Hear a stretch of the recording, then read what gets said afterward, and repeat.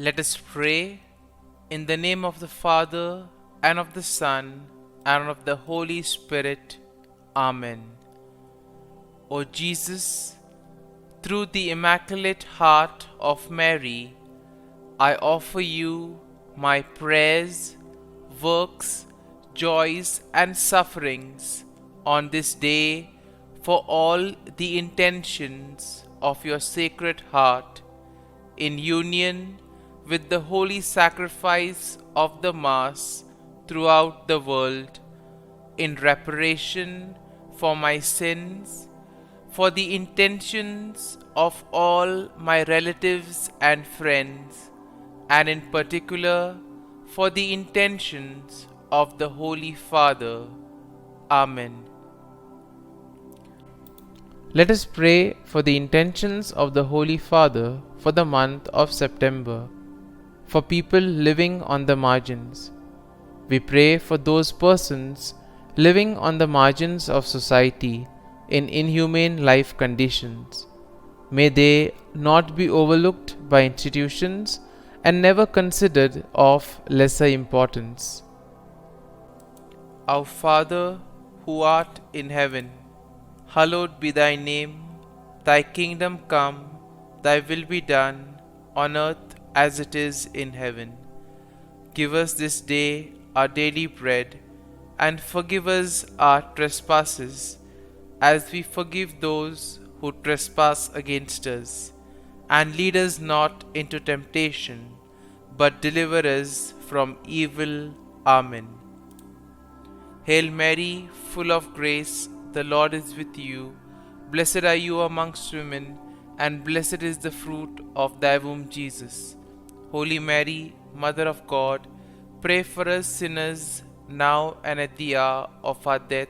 Amen. Glory be to the Father, and to the Son, and to the Holy Spirit, as it was in the beginning, is now, and ever shall be, world without end. Amen. My dear friends, the Word of God welcomes us this morning.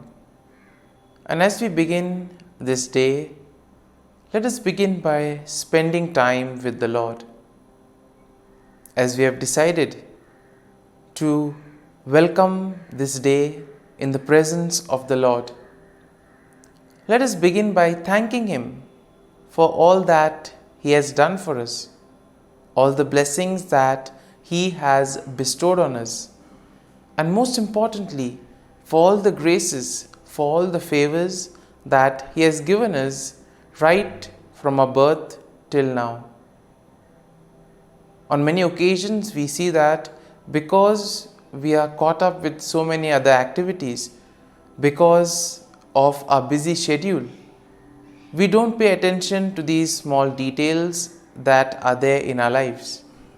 Very often, these graces, these blessings, which are so important in our lives, are kept aside.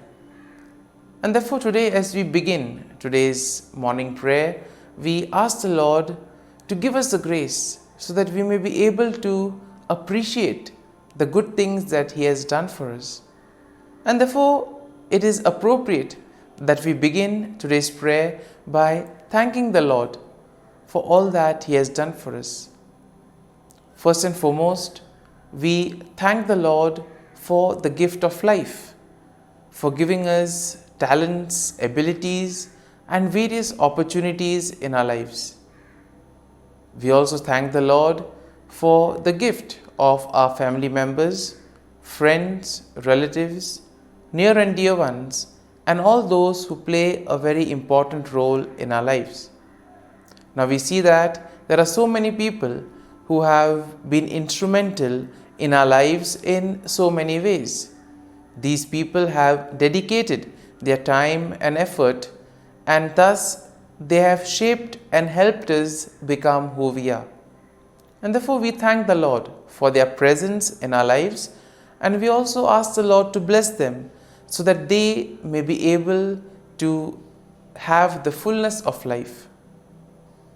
We also thank the Lord for the gift of this day, yet another day that we have been given to make good use of our talents, of our abilities, and more importantly, to make a difference not only in our lives but also in the lives of those around us. We also thank the Lord for the various opportunities that He has given us. Opportunities to put our talents, to put our abilities to use. And at the same time, opportunities to help others make a difference in their lives. Lord, we also want to thank You for all the experiences that You have given us. Some of these experiences may be really good. We may want to cherish these experiences. But there may be other experiences which may be bitter, which may be harsh. Nonetheless, these bitter experiences may have taught us a lot in life. These are the experiences that have made us stronger. And therefore, Lord, we thank You for giving us these experiences, for making us better individuals, for making us stronger, and thus for preparing us to face the challenges in life. And therefore, my dear friends, as we participate in this morning prayer, let us ask the Lord for this grace that we may be able to radiate His presence to the world around us, that we may be able to become messengers of peace, joy, and love, spreading His message of goodness, spreading His message of peace and love to the world around us. And therefore, let us ask the Lord to accompany us in whatever we do today, so that every action, every word may radiate His love, peace, and joy. And now, my dear friends, let us reflect and meditate on Psalm 58.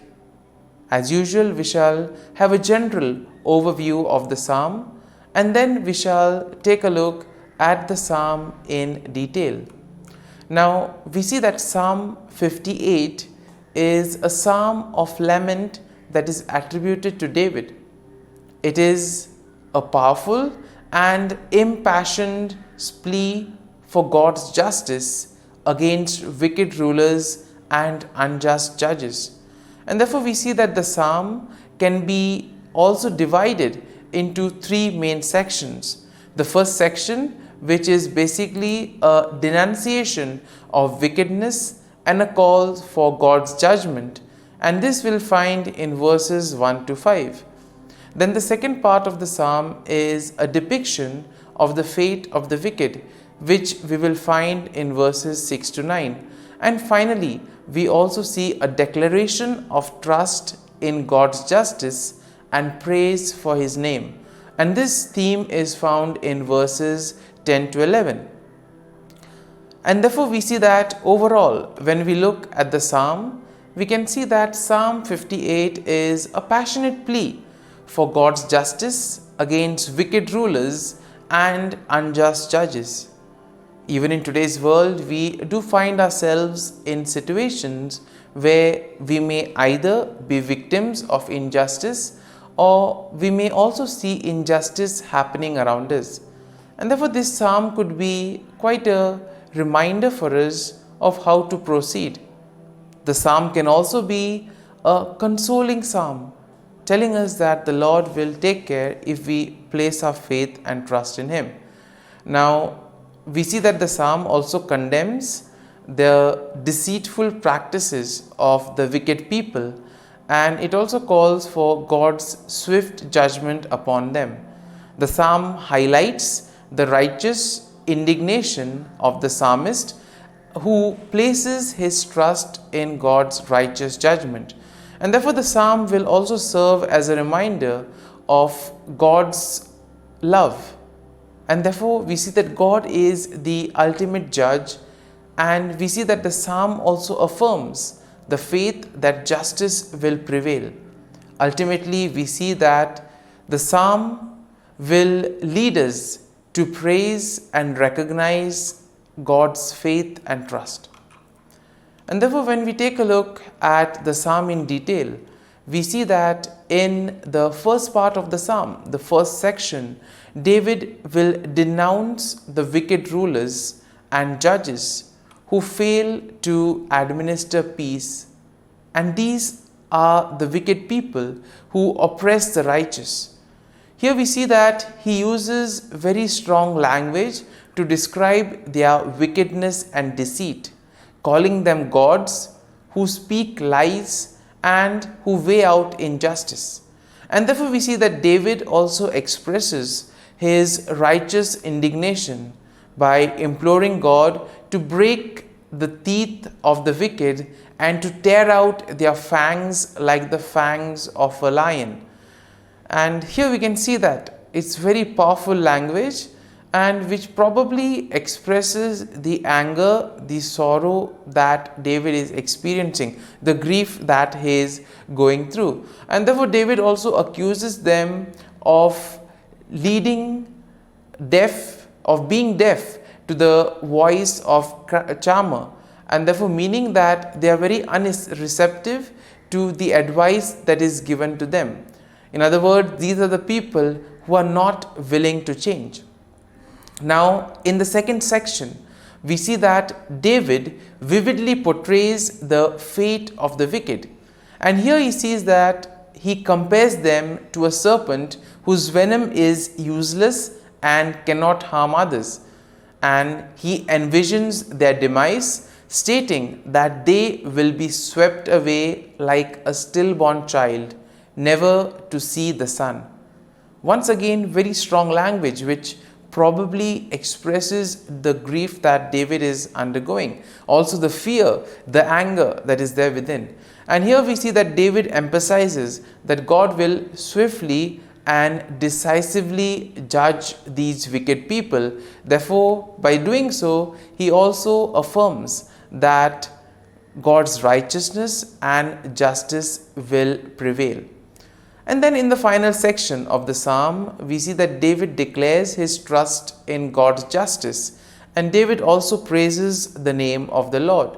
He affirms that the righteousness of the Lord will rejoice when they see the vengeance of God. That means the righteous people will be happy when ultimately they realize that their faith, their trust in the Lord has been repaid. And therefore, when they look at the vengeance that the Lord takes on the wicked, they will know that justice has been served. And here we see that David expresses confidence that people will acknowledge and fear God, and thus they will be able to recognize his authority and righteousness. And therefore, my dear friends, as we have reflected and meditated on this psalm, let us now close our eyes at this morning hour and let us thank the Lord. Let us praise the Lord. Let us glorify the Lord. Loving Father, you have given us this time in the morning. You have been gracious to us. You have given us your Son, our Lord Jesus Christ, who has cleansed us from our sin. He has taken away all our sins and He has given us a new life.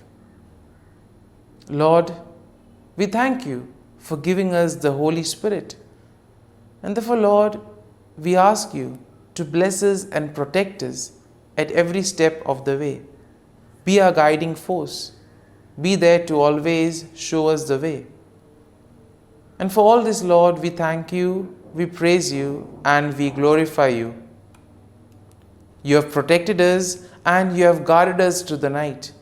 You have given us this time to spend with you. You have woken us up this morning and you have given us good health of mind and body. And for all this, Lord, for your love, for your mercy, for your generosity, we thank you and we praise you, O Lord. You are a merciful God. You have blessed us in so many ways. As we reflect on our blessings, as we reflect on all the good things that have happened to us, as we reflect on our experiences, Lord, we want to thank you. We want to praise you for making us better individuals. And now, my dear friends, let us spend a few moments in silence and let us reflect on the psalm. Let us see what touched us. Could be a word, could be a phrase, or could be a sentence or a thought. Remain with that and allow the psalm to take root in you, so that ultimately your words, your actions will radiate the love, peace, and joy of Christ to the world around.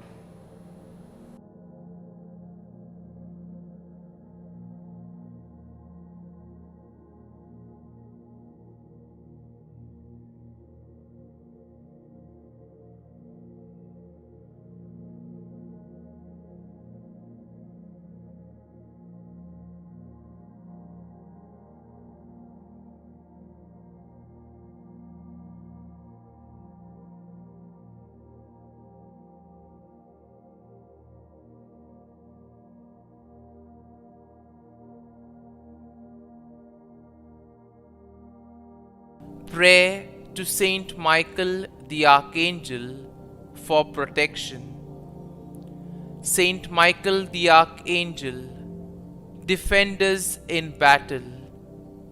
Be our defense against the wickedness and snares of the devil. May God rebuke him, we humbly pray. And do thou, O Prince of the heavenly hosts, by the power of God, thrust into hell Satan and all the evil spirits who prowl about the world, seeking the ruin of souls. Amen. Act of Adoration. O Sacrament most holy, O Sacrament divine, all praise and all thanksgiving be every moment thine. Saint Gertrude Prayer for souls in purgatory. Eternal Father, I offer Thee the most precious blood of Thy divine Son, Jesus, in union with the masses said throughout the world today, for all the holy souls in purgatory, for sinners everywhere, for sinners in the universal church, those in my own home and within my family. Amen. May the divine assistance remain always with us, and may the souls of the faithful departed through the mercy of God rest in peace. Amen. Glory be to the Father, and to the Son, and to the Holy Spirit, as it was in the beginning, is now, and ever shall be, world without end. Amen.